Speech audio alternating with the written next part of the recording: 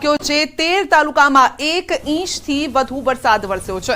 લાલપુરમાં 2.5 inch વરસાદ છે। ઓલપાડમાં 2 inch વરસાદ, સંખેડામાં 1.5 ઇંચ વરસાદ, કલ્યાણપુર, કરજણ, ભાણવડમાં પણ 1 ઇંચ વરસાદ વરસ્યો છે।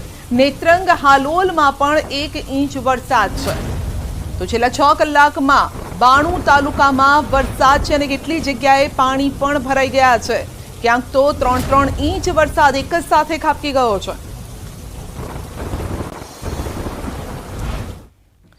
વાત કરીશું સુરતની, તો કામગીરી દરમિયાન રોડ બેસી ગયો। લંબે હનુમાન રોડ વિસ્તારની આ ઘટના છે। મેટ્રો ટ્રેનની કામગીરી ચાલતી હતી અને આ દરમિયાન જ આ ઘટના બની છે। ભીખાની વાડી પાસે અચાનક જ રોડ બેસી ગયો। રોડ બેસી જતા સ્થાનિકોમાં ભયનો માહોલ છે। અગાઉ પણ આ જગ્યા પર રોડ બેસી ગયો હતો અને હજુ તો ચોમાસાની શરૂઆત છે અને એક તરફ ચોમાસાની શરૂઆત છે, ત્યાં જમીન પોલી થઈ જાય છે, બીજી તરફ કામ પણ ચાલી રહ્યું છે, જેના કારણે સ્થાનિકોમાં પણ રોષ છે।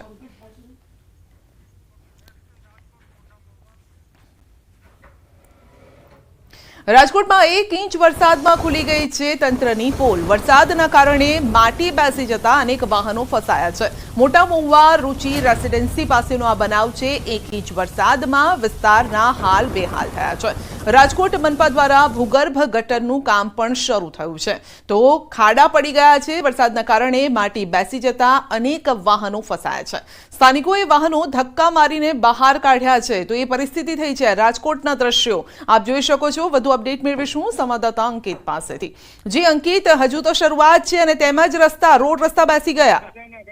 ચોક્કસ સંધ્યા, ખાસ કરીને વાત કરવામાં તો રાજકોટ શહેરમાં પ્રથમ ગ્રાસિત મક્ષિકા જેવો ઘાટ છે તે સર્જાયેલો જોવા મળ્યો છે અને રાજકોટ મહાનગરપાલિકા દ્વારા જે કરોડો રૂપિયાનું આંધણ જે પ્રી મોન્સૂનની કામગીરી અંતર્ગત કરવામાં આવ્યું હતું તેના દાવાઓ પોકળ સાબિત થયા છે।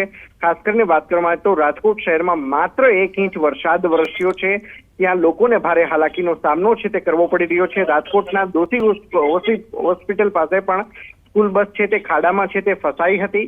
મોદી સ્કૂલની બસ હોવાનું છે તે સામે આવ્યું હતું। સાથોસાથ વાત કરવામાં તો રાજકોટ શહેરના મવડી વિસ્તારમાં પણ આ જ પ્રકારે સ્કૂલ બસ છે તે ખાડામાં ફસાઈ હોવાના દ્રશ્યો છે તે સામે આવ્યા હતા।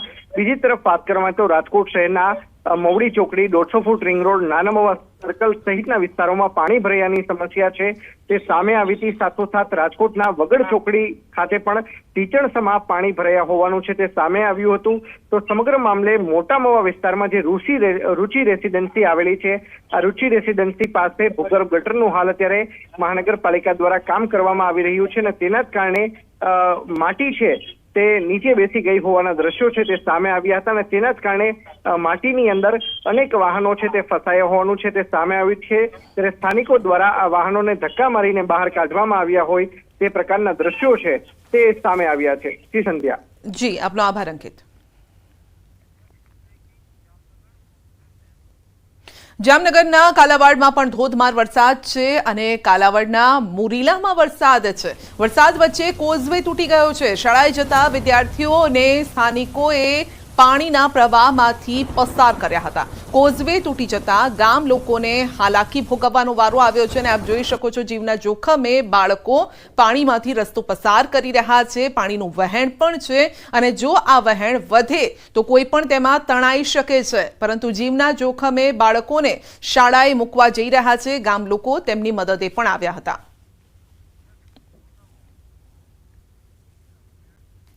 છોટાઉદેપુર જિલ્લામાં ખેતીલાયક વરસાદ થયો છે। મધરાત્રિએ ભારે વરસાદને લઈને નદી નાળા છલકાયા છે।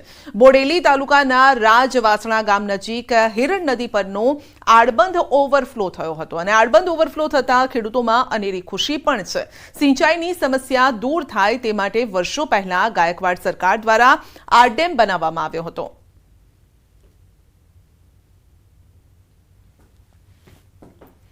તો છોટાઉદેપુરની જ વાત કરીશું તો ભ્રષ્ટાચારનો જાગતો પુરાવો અહીં જોવા મળ્યો છે। 2 મહિના પહેલા બનેલો રોડ બેસી ગયો।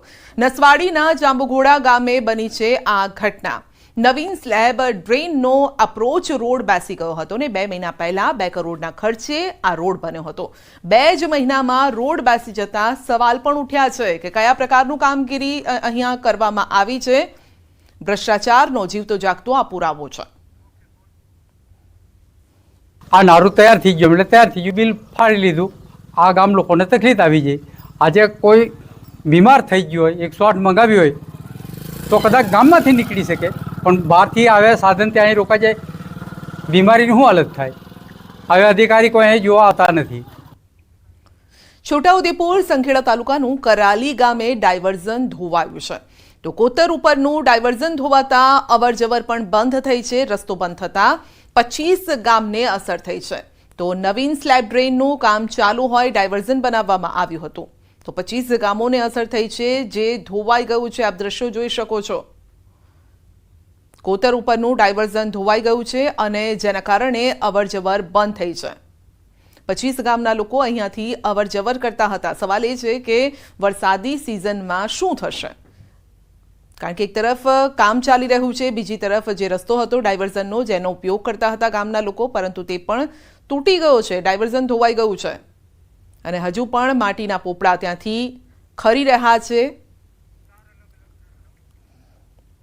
તો હજુ તો ચોમાસાની શરૂઆત છે ને ત્યાં જ નુકસાનીના સમાચાર. અનેક ગામો સંપર્ક વિહોણા થઈ રહ્યા છે.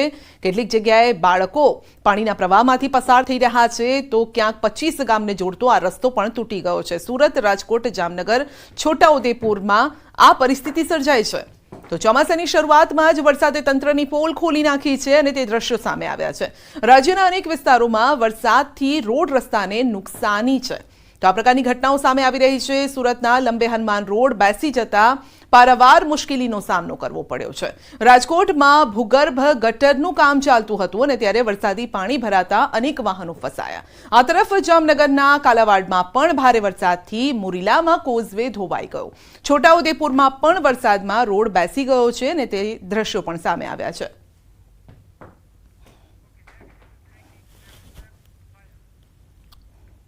તો રાજકોટમાં મેઘરાજાએ જમાવટ કરી છે અને રવિવારથી મેઘમંડાણ થયા છે. ત્યારે વહેલી સવારથી જ વરસાદી માહોલ જામ્યો છે. શહેરમાં ધોધમાર વરસાદ વરસી રહ્યો છે. અનેક નીચાણવાળા વિસ્તારમાં પાણી ભરાયા છે. મહુડી 150 ફૂટ રોડ, નાના મવા રોડ સર્કલ સહિતના વિસ્તારમાં પાણી ભરાયા છે. વરસાદની સિઝન શરૂ થતાં જ મનપાની કામગીરી સામે સવાલ ઉભા થયા છે.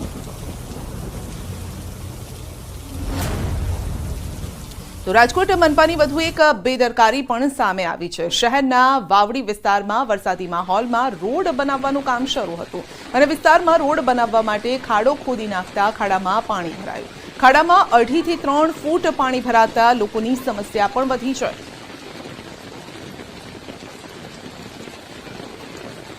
રાજકોટ શહેરને ગ્રામ્ય વિસ્તારો સાથે જોડતા રસ્તાઓ તળાવ બન્યા છે. શહેરના પાળ રોડ ઉપર પાણી ભરાતા વહેલી સવારે કામ ધંધે જતા લોકોને મુશ્કેલી પડી છે.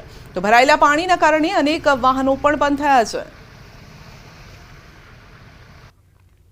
તો રાજકોટમાં જ કઈ પરિસ્થિતિ છે આપની સામે છે, આપ દ્રશ્યમાં જોઈ શકો છો. શહેરમાં પાણી ભરાઈ ગયા, 3 ફૂટ સુધી ક્યાંક તો પાણી ભરાયા છે અને અનેક વાહન ચાલકોને મુશ્કેલી નડી રહી છે.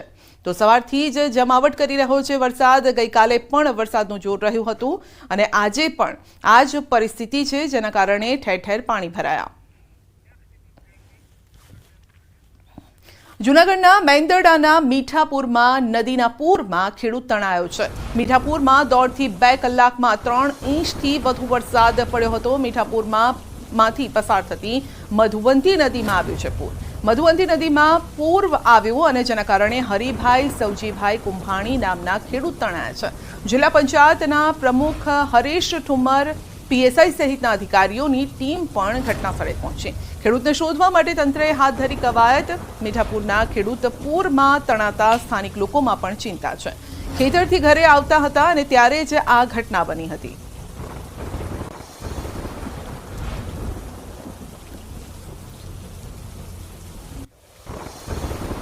તો છોટાઉદેપુર નસવાડી તાલુકામાં પણ ધોધમાર વરસાદ છે. અશ્વિન નદીમાં આવ્યું છે ભારે પાણી. રાજપુરા ગામનો લો લેવલ કોઝવે પાણીમાં ગરકાવ થયો છે. ગ્રામજનો સંપર્ક વિહોણા થયા છે અને 200ની વસ્તી ધરાવતા ગામ પાસેથી અશ્વિન નદી પસાર થાય છે. પાણી ઉતર્યા બાદ ગ્રામજનો અવરજવર કરી શકશે. નસવાડી તાલુકાના કુકાવતી ગામ પાસે આવેલ લો લેવલનો કોઝવે જ્યાં પાણી ફરી વળ્યા છે. તો સુકાપુરા ગામ તેમજ વેગીનાર ગામના લોકો પણ ગામની બહાર લો લેવલના કોઝવે પર પાણી ઉતરે તેની રાહ જોઈને બેઠા છે કે જ્યારે શાળાઓમાં શિક્ષકો પણ પહોંચી શક્યા ન હતા, જ્યારે કે નસવાડી ખાતે અભ્યાસ માટે આવતા વિદ્યાર્થીઓ પણ આવી ન શક્યા. વર્ષોથી આ સમસ્યા છે, પણ સરકાર બ્રિજ બનાવતી નથી અને અશ્વિન નદી બે કાંઠે વહી રહી છે. અહીંથી અમારે નસવાડીથી આ જે લો લેવલનો બ્રિજ છે એના હિસાબે સામે પાર જે વેગનનાર છે, સુકાપુરા, વાઘિયા, સિંધીકુવા, વેલાળી એ તમામ ગામડાઓનો સંપર્ક નસવાડી સાથે છે ને નસવાડી સાથે જે લોકો ખરીદી કરે છે એમના છોકરાઓ પણ નસવાડી ભણવા આવે છે, તો એમને બધાને તકલીફ પડે છે. અમારી જમીન સામે પાર હોવાથી અમારેથી બી ખેતી પર જવાતું નથી અને એ લોકોને નસવાડી આવવાતું નથી, અને કોઈ બીમાર હોય, કોઈ છોકરાઓને સ્કૂલ આવવું હોય તે બધાને તકલીફ પડે છે. એટલે અમારી માંગણી એવી છે કે મોટું બ્રિજ બની જાય તો સરકાર વહેલી તકે મોટું બ્રિજ બનાવી આપે.